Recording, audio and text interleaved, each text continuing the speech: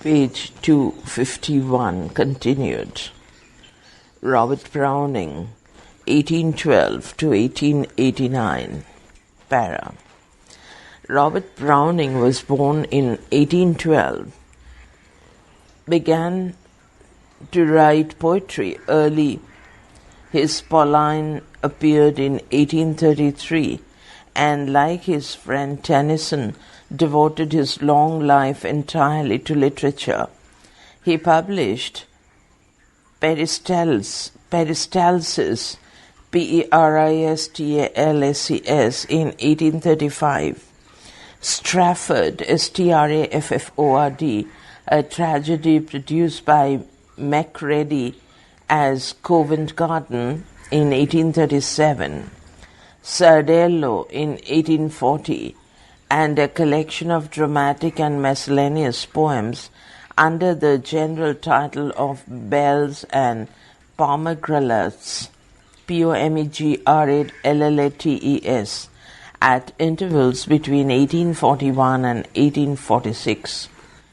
In the last named year, he married Elizabeth Barrett, whose reputation as a poet then stood higher with the general reading world than his own, for, like Wordsworth, he was a long time in reconciling popular taste to the peculiarities of his method and style.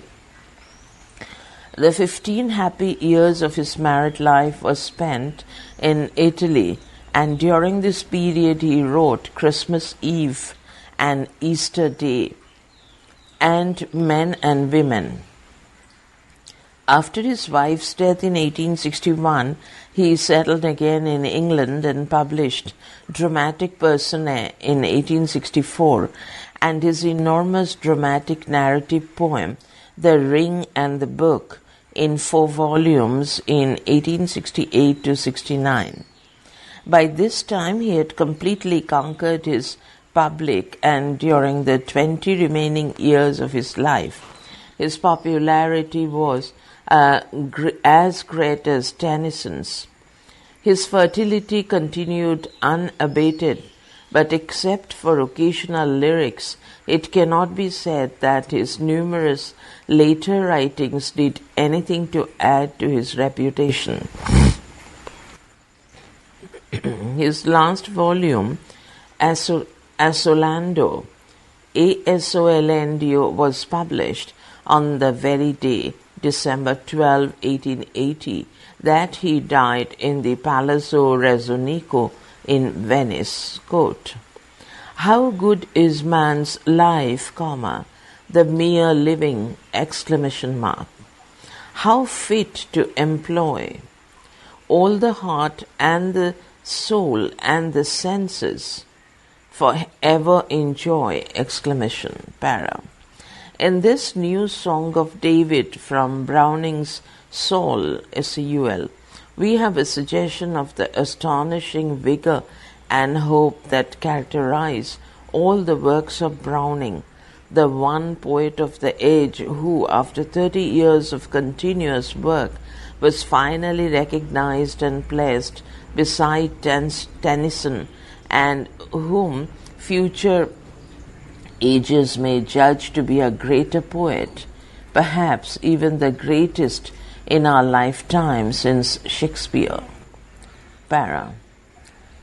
The chief difficulty in reading Browning is that obscurity of his style, which the critics of half a century ago held up to ridicule. Their attitude towards the poet's early work may be inferred from Tennyson's humorous criticism of Sardello. It may be remembered that the first line of this obscure poem is, quote, "Who may hear Sardello's story told," unquote, semicolon, and that the last line is, quote, "Who would have heard Sardello's story told," stop, unquote. Tennyson remarked that these were the only lines in the whole poem that he understood, and that they were evidently both lies. If we attempt to explain this obscurity, which puzzled Tennyson and many less friendly critics, we find that it has many sources. First, the poet's thought is often obscure or else so extremely subtle that language expresses it imperfectly. Thoughts hardly to be packed into a narrow act, fancies that broke through language and escaped. Para. Second, Browning is led from one thing to another by his own mental associations and forgets that the reader's associations may be of an entirely different kind. Third, Browning is careless in his English and frequently clips his speech, giving us a series of ejaculations. As we do not quite understand his processes of thought, we must stop between the ejaculations to trace out the connections.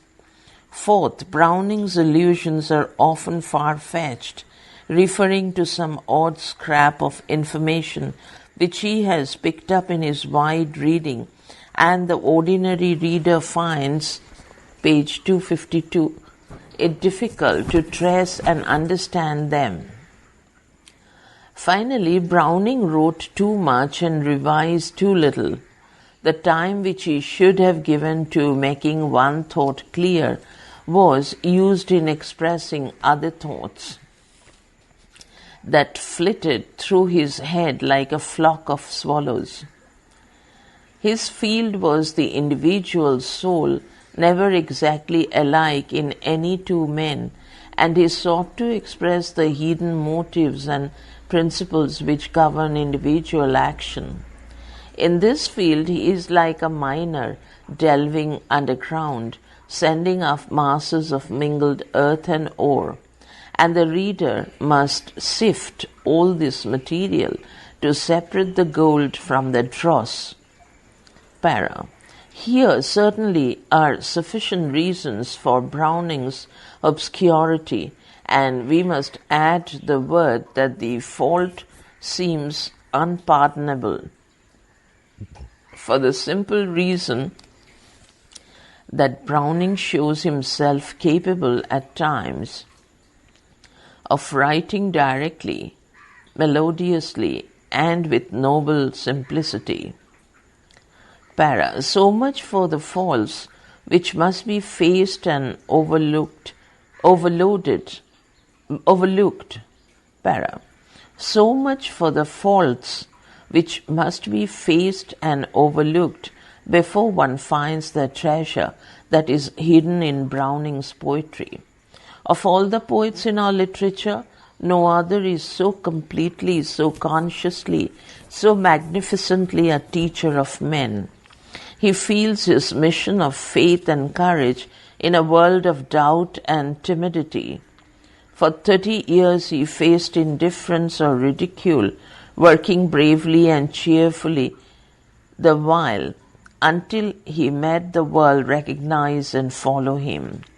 The spirit of his whole life is well expressed in his Paracelsus, Paracelsus, written when he was only 22 years old. Quote, I see my way as birds their trackless way. Stop.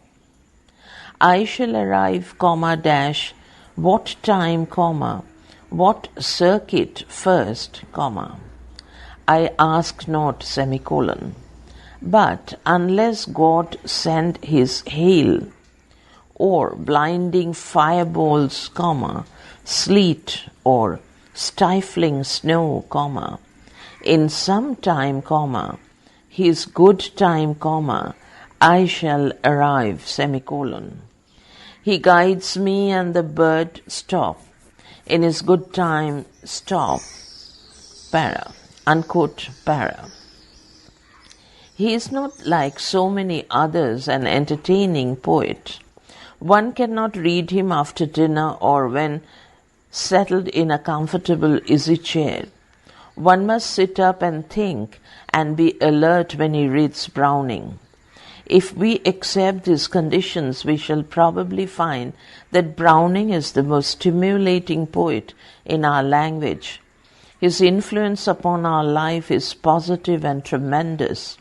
His strength, his joy of life, his robust faith, and his invincible optimism enter into us, making us different and better men after reading him. And perhaps the best thing we can say of Browning is that his thought is slowly but surely taking possession of all well-educated men and women. Works, para. A glance at even the titles which Browning gave to his best-known volumes. Dramatic Lyrics, 1842. Dramatic Romances and Lyrics, 1845. Men and Women, 1855. Dramatic Personae, 1864. Will suggest how strong the dramatic element is in all his work.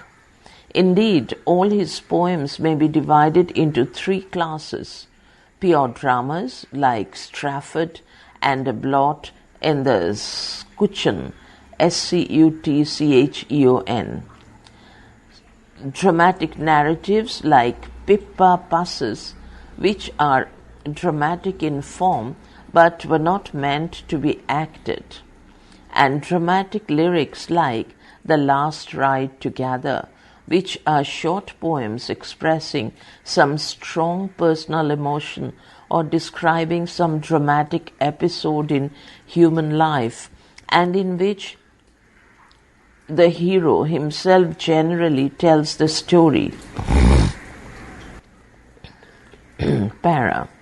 Though Browning is often compared with Shakespeare, the reader will understand that he has very little of Shakespeare's dramatic talent. He cannot bring a group of people together and let the actions and works of his characters show us the comedy and tragedy of human life. Neither can the author be disinterested. Neither can the author be disinterested, satisfied, as Shakespeare was with life itself, without drawing any moral conclusions. Browning has always a moral ready and insists upon giving us his own views of life, which Shakespeare never does. His dramatic power lies in depicting what he himself calls the history of a soul.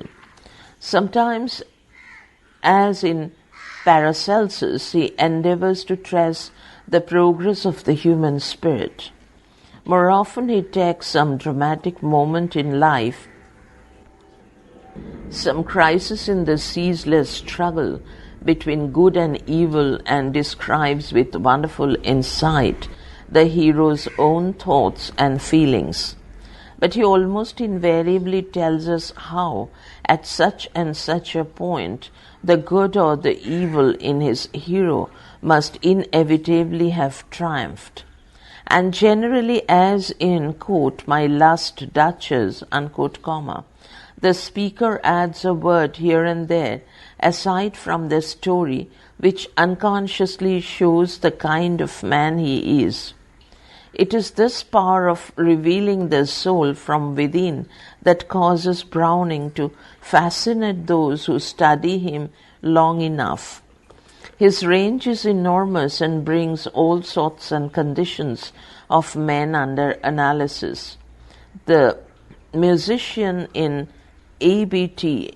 Vogler, Vogler, the artist in Andrea del Sarto, the early Christian in A Death in the Desert, the Arab horseman in Mulekeh, Muleykeh, the sailor in Herve, Herve, Riel, Riel, the medieval knight in Child, Roland, the Hebrew in Saul, the Greek in Belloston's Adventure, the monster in Caliban, the immortal dead in Karshish, page 253. All these and 100 more histories of the soul show Browning's marvelous versatility. It is this great range of sympathy with many different types of life that constitutes Browning's chief likeness to Shakespeare, though otherwise there is no comparison between the two men. Para. If we separate all these dramatic poems into three main periods, the early from 1833 to 1841, the middle from first period 1841 to 1868, and the late from 1868 to 1889, the work of the beginner will be much more easily designated.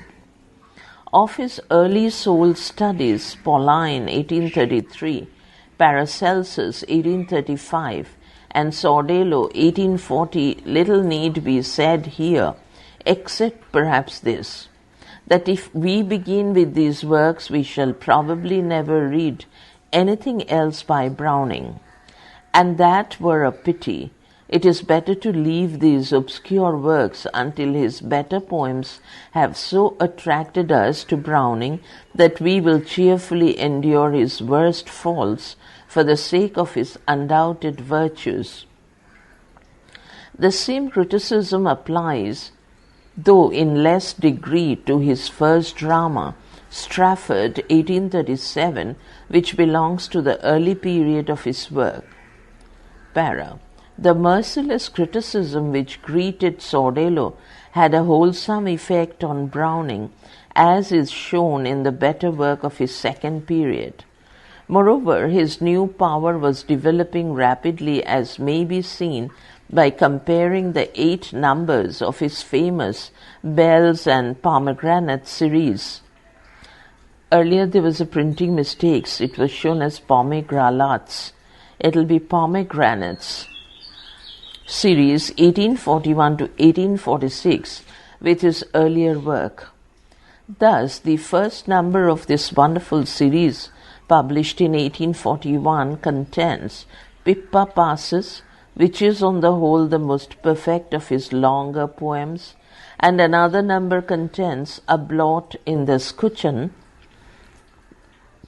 which is the most readable of his dramas. Even a beginner must be thrilled by the beauty and the power of these two works. Two other noteworthy dramas of the period are Colombe's COLOMB''S Birthday 1844 and In a Balcony 1855, which, however, met with scant appreciation on the stage, having too much subtle analysis and too little action to satisfy the public. Nearly all his best lyrics, dramas, and dramatic poems belong to this middle period of labor. And when The Ring and the Book appeared in 1868, he had given to the world the noblest expression of his poetic genius. Para. In the third period, beginning when Browning was nearly 60 years old, he wrote even more industriously than before and published on an average nearly a volume of poetry a year. Such volumes as Fifine at the Fair, Fifine at the Fair, Fair, comma, Red Cotton Nightcap Country, comma, The Inn, INN Album, comma, Jocoseria, Jocoseria, and many others show how Browning gains steadily in the power of revealing the hidden springs of human action. But he often rambles most tiresomely, and in general his work loses in sustained interest. It is perhaps significant that most of his best work was done under Mrs. Browning's influence. Para. What to read? Of the short miscellaneous poems, there is such an unusual variety that one must hesitate a little in suggesting this or that to the beginner's attention. Quote, My Star, unquote, comma. Quote, Evelyn Hope, unquote, comma. Quote, Wanting is that what, question mark, unquote. Quote, home, thoughts from abroad, comma, unquote. Quote, meeting at night, unquote. Quote, one word more, unquote, an exquisite tribute to his dead wife. Quote, prospice, unquote, that is, look forward. Songs from Pippa Passes. Various love poems like By the Fireside and The Last Ride Together. The inimitable Pied Piper and the ballads like Hiralal and How They Brought the Good News. These are a mere suggestion expressing only the writer's personal preference, but a glance at the contents of Browning's volumes will reveal scores of other poems which another writer might recommend as being better in themselves or more characteristic of Browning. Para. Among Browning's dramatic soul studies, there is also a very wide choice. Quote, Andrea del Sarto, unquote, is one of the best, revealing as it does the strength and the weakness of, quote, the perfect painter, unquote, comma, whose love for a soulless woman with a pretty face saddens his life and hampers his best work. Next in importance to Andrea stands an epistle, Epistle, reciting the experience of Kashish, Karshish, an Arab physician, which is one of the best examples of Browning's peculiar methods of presenting the truth. The half-scoffing, half-earnest, and wholly bewildered state of this Oriental scientist mind is clearly indicated between the lines of his letter to his old master. His description of Lazarus, whom he meets by chance, and of the state of mind of one who, having seen the glories of immortality, must live again in the midst of the jumble of trivial and stupendous things which constitute our life, forms one of the most original and suggestive poems in our literature. Quote, My Last Duchess, unquote, is a short but very keen analysis of the soul of a selfish man, comma, who reveals his character unconsciously by his words of praise concerning his dead wife's picture. In, quote, The Bishop Orders His Tomb, unquote, we have another extraordinarily interesting revelation of the mind of a vain and worldly man, this time a churchman, whose words tell you far more than he dreams about his own character. Page 254. Abt Abbot Vogler. Undoubtedly one of Browning's finest poems is the study of a musician's soul. Mulike, Muleykeh, gives us the soul of an Arab, vain and proud of his fast horse, which was never beaten in a race. A rival steals the horse and rides away upon her back. But used as she is to her master's touch, she will not show her best pace to the stranger. Mulike rides up furiously, but instead of striking the thief from his saddle, he boasts about his peerless mare, saying that if a certain spot on her neck were touched with the rein, she could never be overtaken. Instantly the robber touches the spot, and the mare answers with a burst of speed that makes pursuit hopeless. Mulike has lost his mare, but he has kept his pride in the unbeaten one and is satisfied.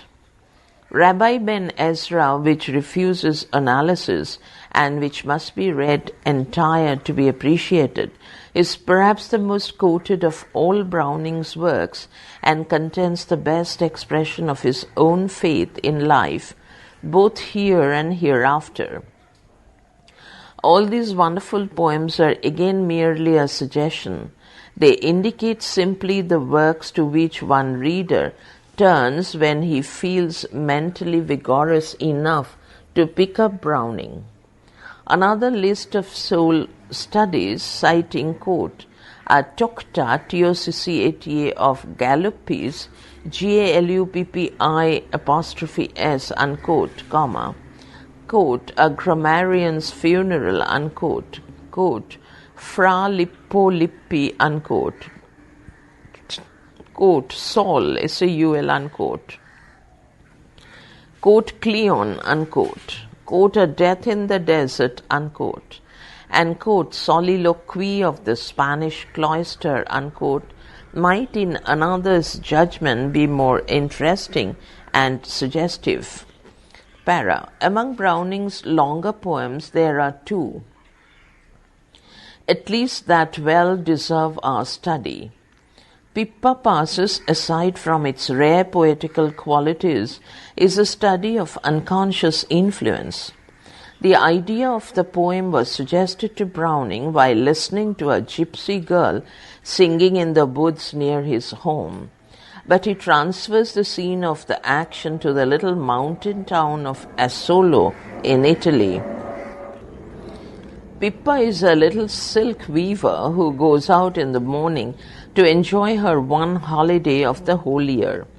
As she thinks of her own happiness, she is vaguely wishing that she might share it and do some good. Then, with her childish imagination, she begins to weave a little romance in which she shares in the happiness of the four greatest and happiest people in Asolo.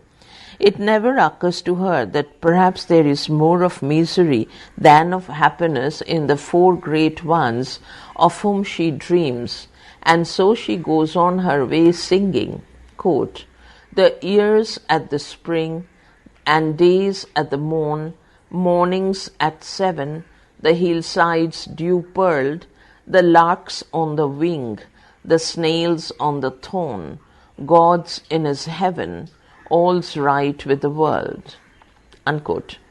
Para. Fate wills it that the words and music of her little songs should come to the ears of four different groups of people at the moment when they are facing the greatest crisis of their lives and turn the scale from evil to good. But Pippa knows nothing of this. She enjoys her holiday and goes to bed still singing, entirely ignorant of the good she has done in the world. With one exception, it is the most perfect of all Browning's works. At best, it is not easy nor merely entertaining reading, but it richly repays whatever hours we spend in studying it. Para. The Ring and the Book is Browning's masterpiece. It is an immense poem, twice as long as Paradise Lost, and longer by some 2,000 lines than Iliad. And before we begin the undoubted task of reading it, we must understand that there is no interesting story or dramatic development to carry us along. In the beginning, we have an outline of the story, such as it is a horrible story of Count Guido's, Guido, murder of his beautiful young wife. And Browning tells us in detail just when and how he found a book containing the record of the crime and the trial. There the story element ends and the symbolism of the book begins. The title of the poem is explained by the habit of the old Etruscan goldsmiths who, in making one of their elaborately chased rings, would mix the pure gold with an alloy in order to harden it. When the ring was finished, acid was poured upon it, and the acid ate out the alloy, leaving the beautiful design in pure gold. Browning purposes to follow the same plan with his literary material, which consists simply of the evidence given at the trial of Guido in Rome in 1698. He intends to mix a poet's fancy with the crude facts and create a beautiful and artistic work. Para. The result of Browning's purpose is a series of monologues in which the same story is retold 9 different times by the different actors in the drama. Page 255. The Count, the young wife, the suspected priest, the lawyers, the Pope who preside at the trial. Each tells the story and each unconsciously reveals the depths of his own nature in the recital. The most interesting of the characters are Guido, the husband, who changes from bold defiance to abject fear; Caponassacchi, Caponassacchi, the young priest who aids the wife in her flight from her brutal husband and is unjustly accused of false motives; Pompilia, the young wife, one of the noblest characters in literature, fit in all respects to rank with Shakespeare's great heroines; and the Pope, a splendid figure, the strongest of all Browning's masculine characters. When we have read the story as told by these 4 different actors, we have the best of the poet's work and of the most original poem in our language. Para. Browning's place and message. Browning's place in our literature will be better appreciated by comparison with his friend Tennyson, whom we have just studied. In one respect, at least, these poets are in perfect accord. Each finds in love the supreme purpose and meaning of life. In other respects, especially in their method of approaching the truth, the 2 men are the exact opposites. Tennyson is first the artist and then the teacher, but with Browning the message is always the important thing, and he is careless, too careless of the form in which it is expressed. Again, Tennyson is under the influence of the Romantic revival and chooses his subjects daintily. But, quote, all's fish that comes to Browning's net, he takes some, quote, all's fish, unquote, that comes to Browning's net. He takes calmly and ugly subjects with equal pleasure and aims to show that truth lies hidden in both the evil and the good. This contrast is all the more striking when we remember that Browning is essentially scientific attitude was taken by a man who refused to study science. Tennyson, whose work is always artistic, never studied art, but was devoted to the sciences, while Browning, whose work is seldom artistic in form, thought that art was the most suitable subject for a man's study. Para. The 2 poets differ even more widely in their respective messages. Tennyson's message reflects the growing order of the age and is summed up in the word, quote, law, unquote, stop. In his view, the individual will must be suppressed. The self must always be subordinate. His resignation is at times almost oriental in its fatalism, and occasionally it suggests Schopenhauer, Schopenhauer, in its mixture of fate and pessimism. Browning's message, on the other hand, is the triumph of the individual will over all obstacles. The self is not subordinate but supreme. There is nothing oriental, nothing doubtful, nothing pessimistic in the whole range of his poetry. His is the voice of the Anglo-Saxon standing up in the face of all obstacles and saying, quote, I can and I will, unquote, stop. He is therefore far more radically English than is Tennyson, and it may be for this reason that he is the more studied, and that while youth delights in Tennyson, manhood is better satisfied with Browning. Because of his invincible will and optimism, Browning is at present regarded as the poet who has spoken the strongest word of faith to an age of doubt. His energy, his cheerful courage, his faith in his life and in the development that awaits us beyond the portals of death are like a bugle call to good living.